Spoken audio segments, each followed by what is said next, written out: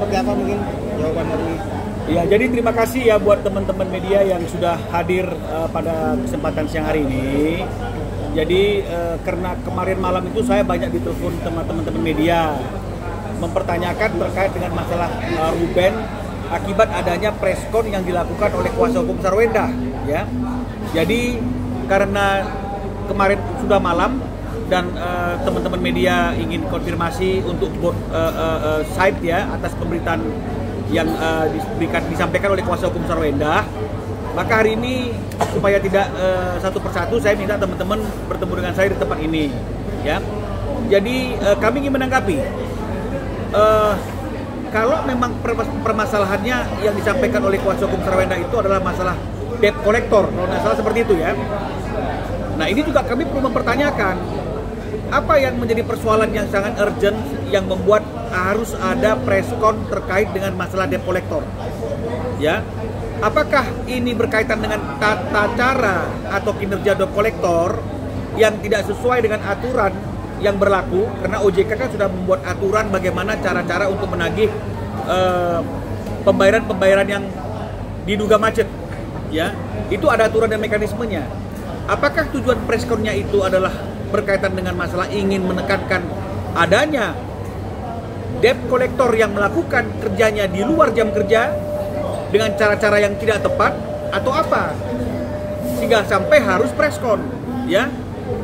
Kalau memang misalnya bukan untuk hal itu, berarti artinya patut diduga preskonnya hanya ingin mendiskreditkan klien kami, Ruben. Ingin menunjukkan bahwa Ruben sekarang lagi dalam keadaan yang tidak mampu secara ekonomi, sehingga akhirnya ada tunggakan atau ada debt collector yang mencari-cari dia sampai ke rumah kediaman Sarwenda atau S, ya. Jadi ini yang harus dipertegaskan dulu urgensinya. Kenapa sampai harus masalah debt collector itu sampai di ranah publik?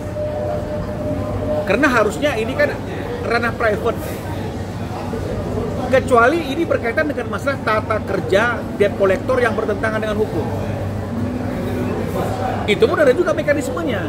Tanpa harus kita me-announcer ke masyarakat bahwa kita baru saja didatangi debt collector.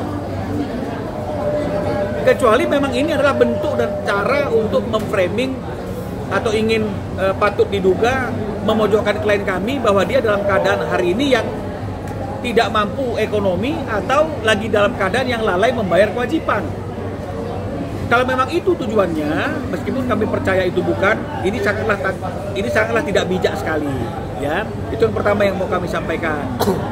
Yang kedua, menanggapi statement dari kuasa hukumnya S yang menyatakan bahwa sudah ada komunikasi dengan kami terkait dengan masalah kedatangan debt collector. Dan kemudian kami menginformasikan bahwa mobilnya ada di bengkel dan dikatakan ini bukan masalah mobilnya ada di mana, tapi terkait dengan masalah kedatangan debt collector. Nah, ini juga kami perlu luruskan, ya. Pada suatu saat saya dihubungi oleh rekan saya Adinda Kris Samsewu, ya, yang merupakan kuasa hukumnya S untuk menanyakan apakah saya sudah tahu ada persoalan atau ada masalah antara S dengan klien kami terkait dengan masalah debt collector. Karena memang itu belum pernah disampaikan oleh klien kami, ya saya mengatakan belum pernah diinformasikan. Setelah saya tanya klien saya, memang ada situasi yang seperti itu dan perlu sebagai catatan, klien saya mengatakan itu sebenarnya jatuh temponya belum tiba.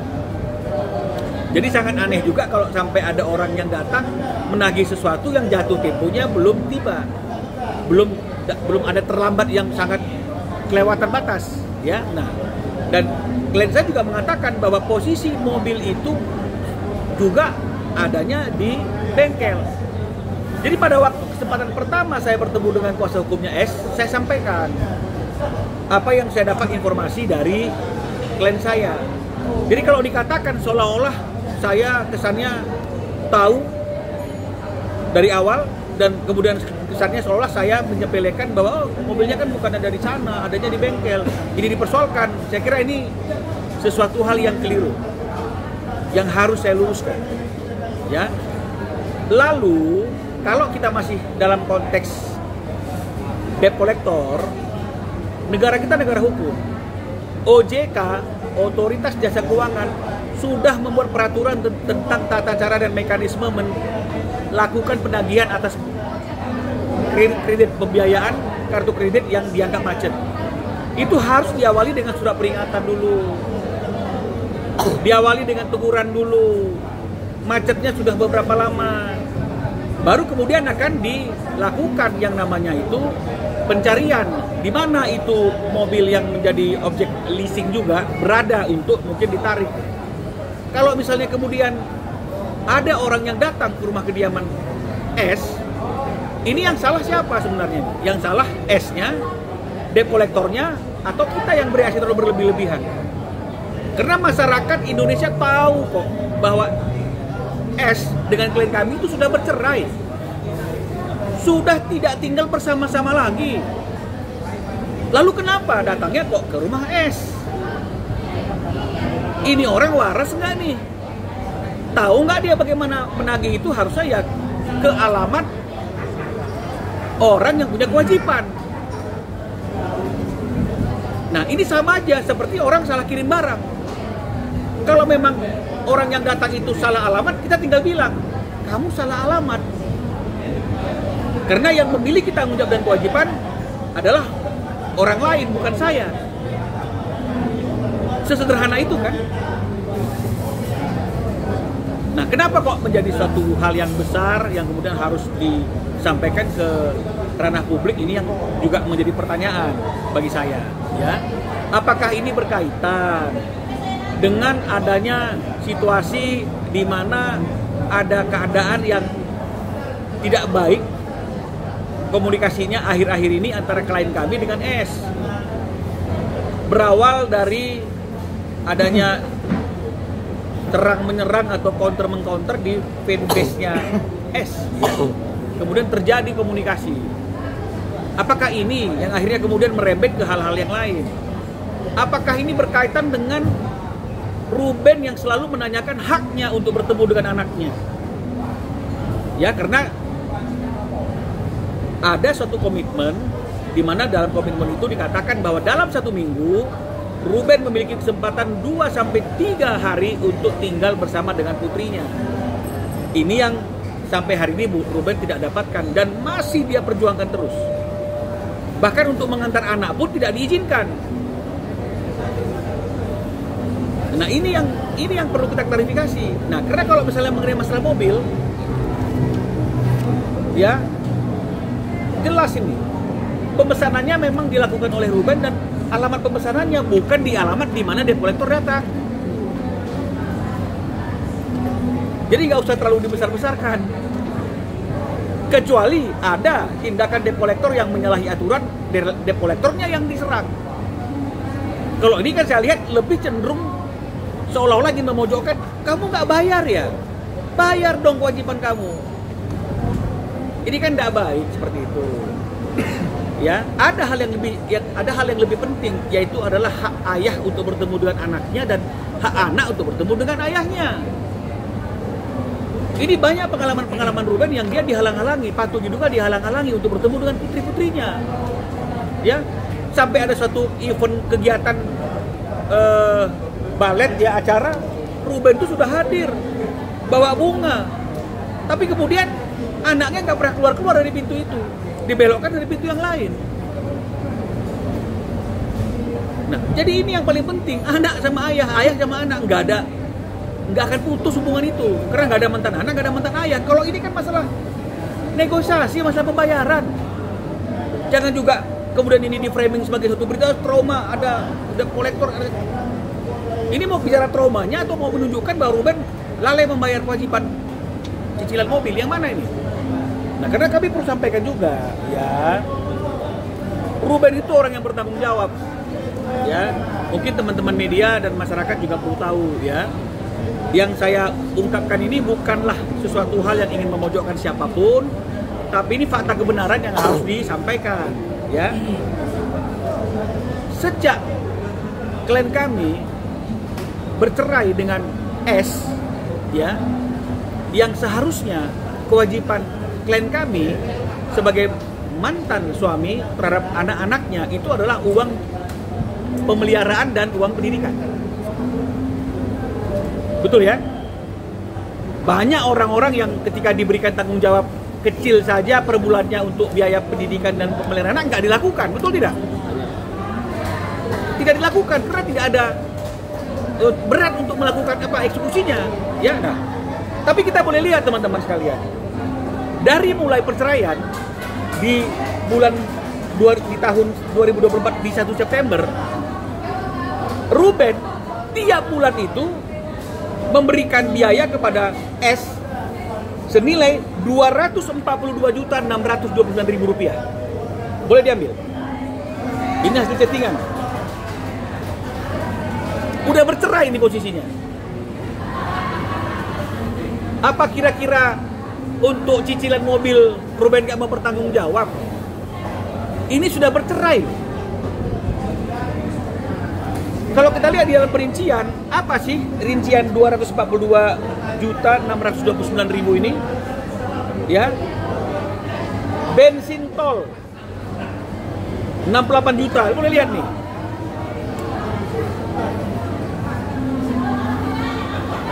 Sarang burung 9,3 juta.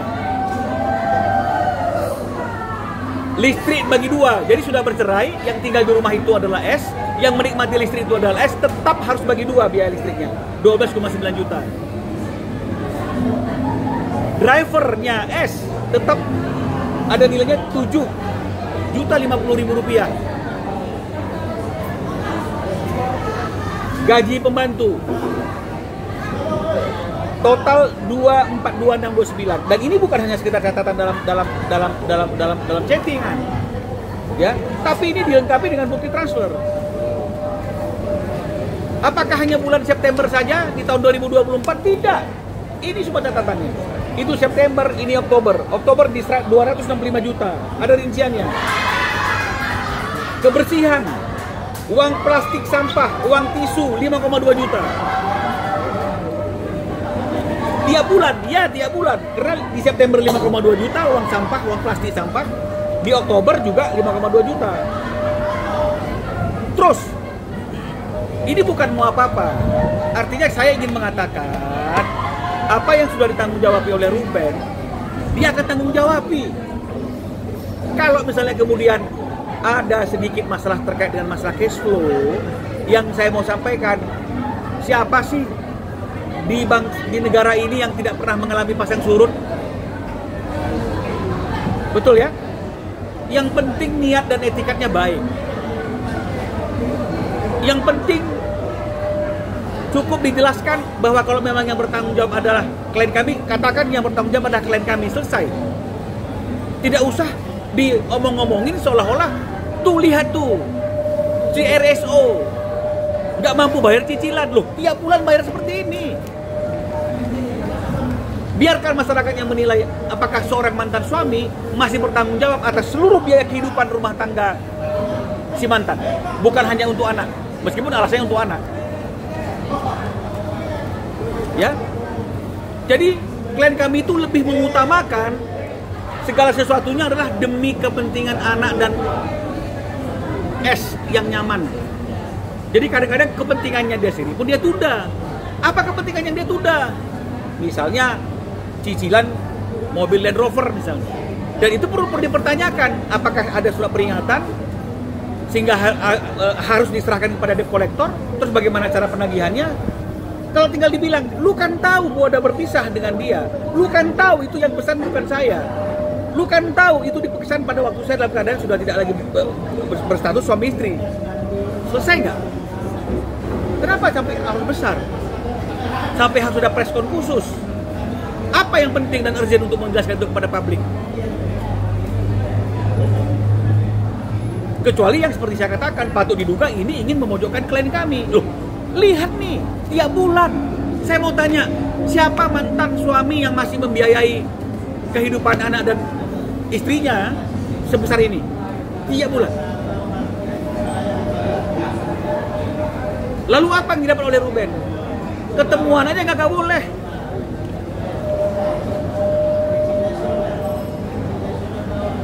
Anak-anak ada kegiatan, ada acara, dipertanyakan, ya, kapan acaranya?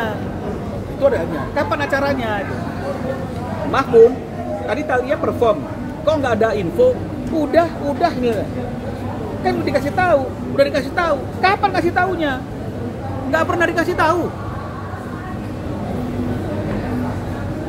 Dalam perjanjian, dalam kesepakatan harusnya, walaupun kita berikan hak asuh itu kepada ibunya, dia memiliki kewajiban untuk menginformasikan, membicarakan apapun yang berkaitan dengan masalah kepentingan anak. Ini Ruben nanya, dijawab pun tidak. Mana lebih besar situasinya? Debt collector datang yang belum pada waktunya dan cukup dijawab seperti yang saya sampaikan, atau seorang ibu yang melarang anaknya bertemu dengan ayahnya. Sementara ayahnya masih bertanggung jawab untuk seluruh kehidupan keluarga itu, termasuk uang plastik sampah rumahnya yang nilainya 5,2 juta per bulan. Ya, jadi masyarakat harus tahu. Jadi jangan menilai seseorang dari casingnya. Karena Ruben seperti itu, mungkin casingnya kemudian dianggap ini mah. Jangan. Kita jangan menilai orang dari casingnya. Ya. Jangan menghakimi isi buku dari covernya. Ya. Nah, jadi tidak diinformasikan ternyata. Loh, Ruben ingin cari tahu, kenapa kok dia tidak pernah dikasih tahu? Ya, karena dikejar, cari WA ya, cari WA-nya gitu. Nggak pernah ada. Diusut-usut rupanya. Kenapa Ruben patut diduga tidak diinformasikan? Ini dia teman-teman. Rupanya pada waktu momen itu dia ingin bersama dengan seseorang. Inilah yang menjadi kesimpulan Ruben pada waktu. Oh, jangan-jangan patut diduga. Tapi kan tega banget. Ibu menghalang-halangi anaknya bertemu dengan ayahnya atau ayahnya bertemu dengan anak dengan alasan apapun. Even itu alasan karena ada debt collector datang. Even karena memang ada cicilanmu yang belum kau bayar, itu tidak masuk akal. Karena biaya kebutuhan hidup mereka sampai hari ini masih dibayar oleh Ruben dan nilainya tidak sedikit. Tuh ya. Ini 242, ini 265. Ini 223. Tiap bulan ini berhutang ya, September, Oktober, November, Desembernya 187. Tuh. Januarinya 207. Posisi bercerai ini kita masih ribet mengenai masalah cicilan mobil. Yang penting itu adalah bagaimana anak bisa bertemu dengan ayahnya. Biar meskipun orang tua sudah berpisah, anak tetap merasa dekat dengan ibu, dekat dengan ayah, bukan dekat dengan orang luar yang mau dipaksakan menjadi seolah sebagai pengganti ayah. Ini sangat bahaya. Ya. Apakah karena ini sehingga akhirnya perlu ada suatu preskon atau apapun namanya yang membesar-besarkan mengenai masalah kedatangan debt collector, ingin membuat klien kami dipermalukan, ingin membuat klien kami dihakimi oleh masyarakat, ya. Belum lagi klien kami juga komplain. Nah, ini komplainnya juga kepada brand-brand ya, brand-brand yang mengendorse itu coba diperhatikan, karena undang-undang itu juga melarang anak kecil itu dieksploitasi, ya, dalam suatu pekerjaan apapun bentuknya, ya. Apalagi kalau misalnya kemudian live-nya itu di malam hari. Malam hari anak itu harusnya belajar, bukan live. Ini Ruben juga komplain karena di beberapa live TikTok, ya,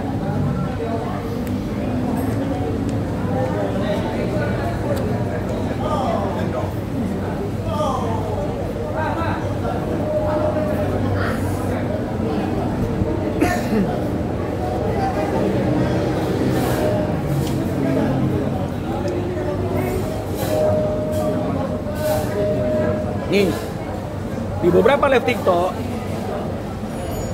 anak-anaknya dipakai. Jadi anak-anak di bawah umur ini kan nggak boleh dong dicari bekerja. Dia bekerja kan, live kan pasti kan bekerja toh. Anak-anak kan nggak boleh bekerja, itu kan dilarang. Even ada izin dari orang tuanya ya harus kedua belah pihak. bukan hanya ibunya. Ruben keberatan anaknya dilibatkan.